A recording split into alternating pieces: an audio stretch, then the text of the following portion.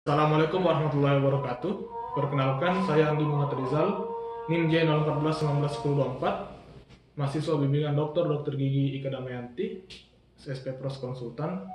Pada kesempatan kali ini saya akan melakukan prosedur insersi gigi tiruan lengkap. Jadi yang pertama itu ialah memperkenalkan alat dan bahan. Jadi untuk alat dan bahannya itu ialah gigi tiruan lengkap, kemudian model sebagai representasi mulut pasien, kemudian alat OD, kemudian alat pelindung diri yaitu handscoon dan masker. Jadi pertama itu kita melakukan hand wash atau hand rub terlebih dahulu sebelum melakukan prosedur. Kemudian setelah itu kita menggunakan APD. Yang pertama itu menggunakan masker.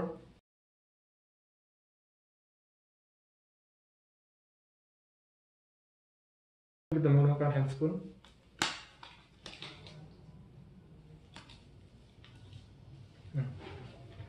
Jadi prosedur yang pertama itu adalah sebelum kita melakukan insersi, kita harus mengevaluasi dulu gigi tiruan yang baru selesai dari prosedur pengerjaan dental lab. Jadi pertama itu kita periksa apakah model ini dia sudah layak untuk digunakan di mulut pasien atau tidak. Yang pertama itu kita periksa apakah permukaan sayapnya dia ada yang tajam atau ada permukaan lain yang tajam. Kemudian kita periksa apakah ada porositas pada basis atau apakah ada nodul pada permukaan intaglio.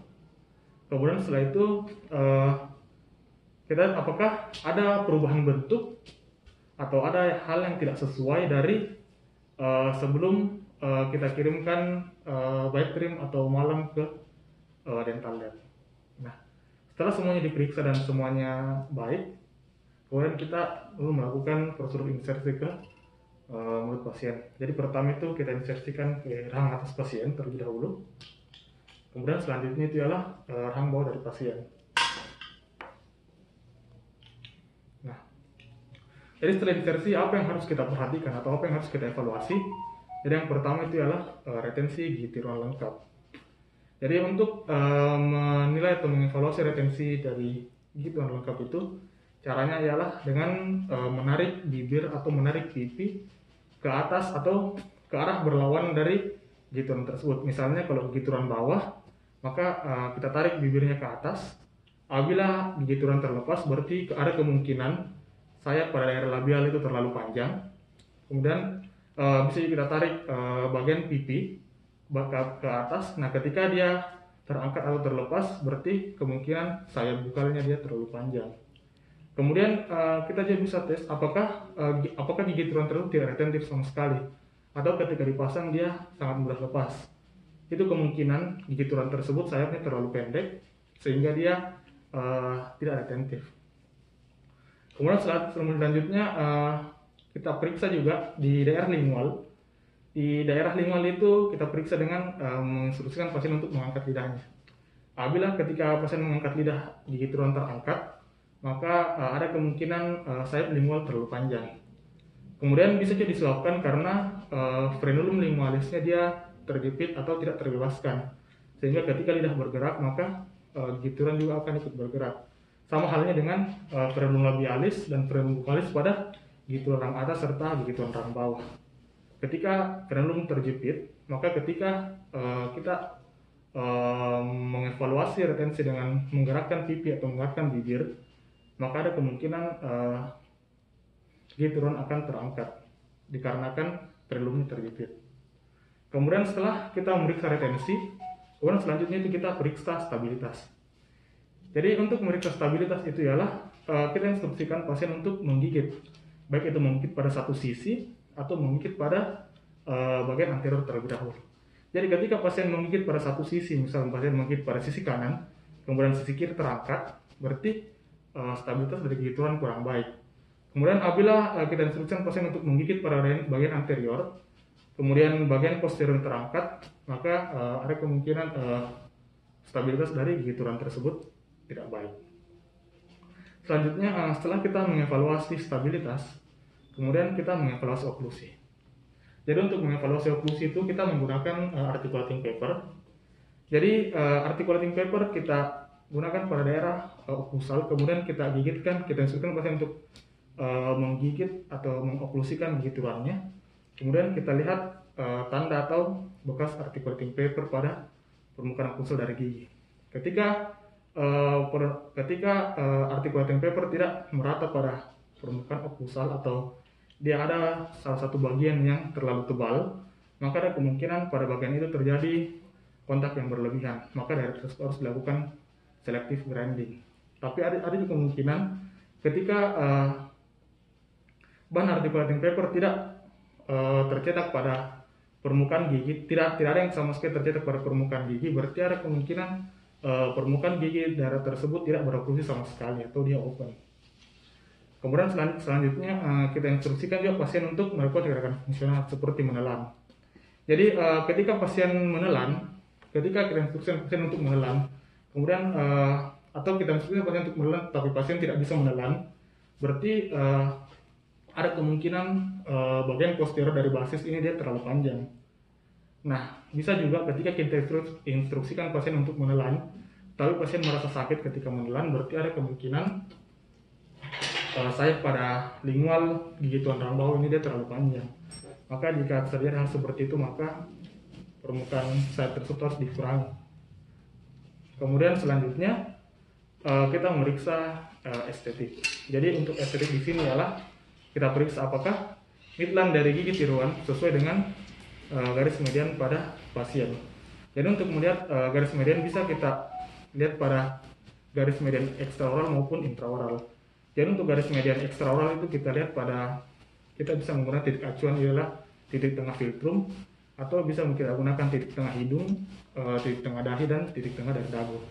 Nah, garis tersebut kita sesuaikan dengan midline dari gigi tiruan lengkap, apakah dia berselurusan atau tidak.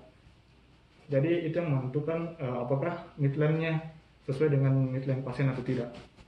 Kemudian kita juga bisa menginstruksikan kepada pasien untuk menilai secara menilai sendiri tampilan dari gigi tiruan itu sendiri, apakah pasien sudah puas atau tidak, dengan bantuan cermin. Kita instruksikan pasien untuk bercermin dan melihat apakah pasien sudah puas dengan tampilan dari gigi tiruannya.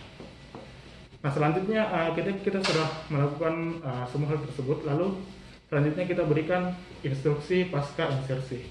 Jadi untuk instruksi yang pertama itu kita ajarkan kepada pasien cara melepas dan cara memasangnya.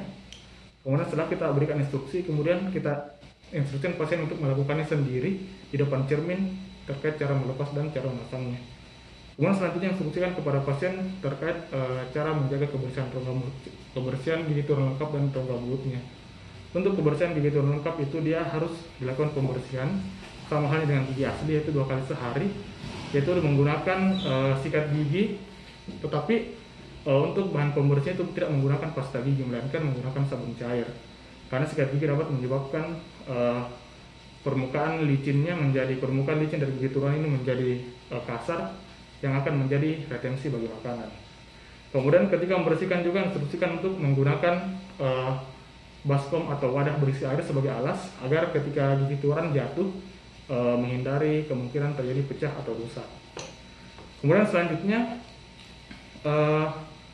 instruksikan kepada pasien untuk menggunakan gigi tiruan ini selama pada 24 jam pertama. Kita instruksikan pasien untuk menggunakan gigi tiruannya digunakan gigi tiruan selama 24 jam pertama, baik itu pada saat tidur, tetapi jangan dulu terlebih dahulu digunakan untuk makan.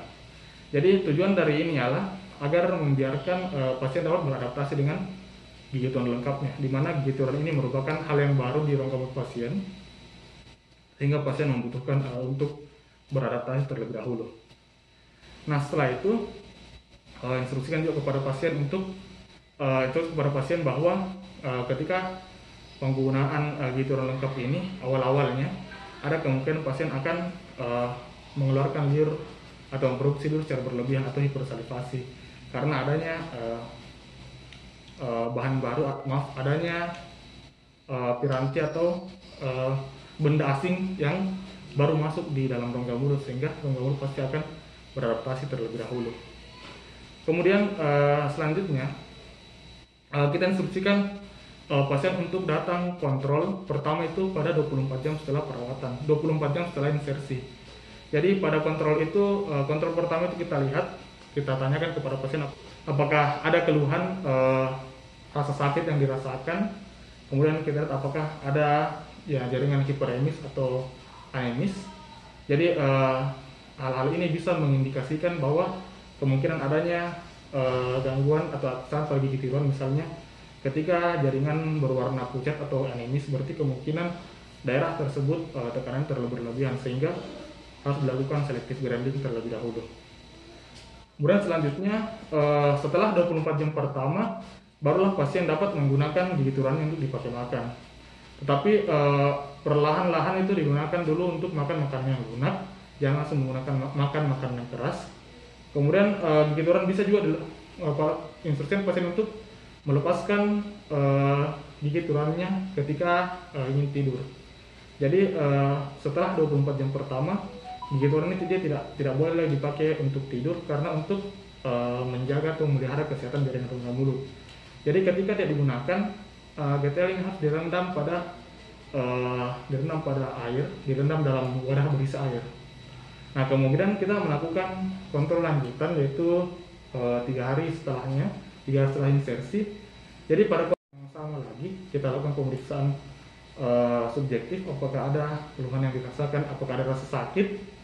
Kemudian kita periksa secara objektif mukosanya, apakah ada daerah yang hiperemis atau ada daerah yang berwarna pucat atau keputihan. Kemudian kita periksa kembali retensinya, kemudian stabilitasnya, kemudian kita periksa juga mengenai oklusinya, kemudian kita periksa juga mengenai fonetiknya, apakah pasien ini dapat menyebutkan kata-kata tertentu.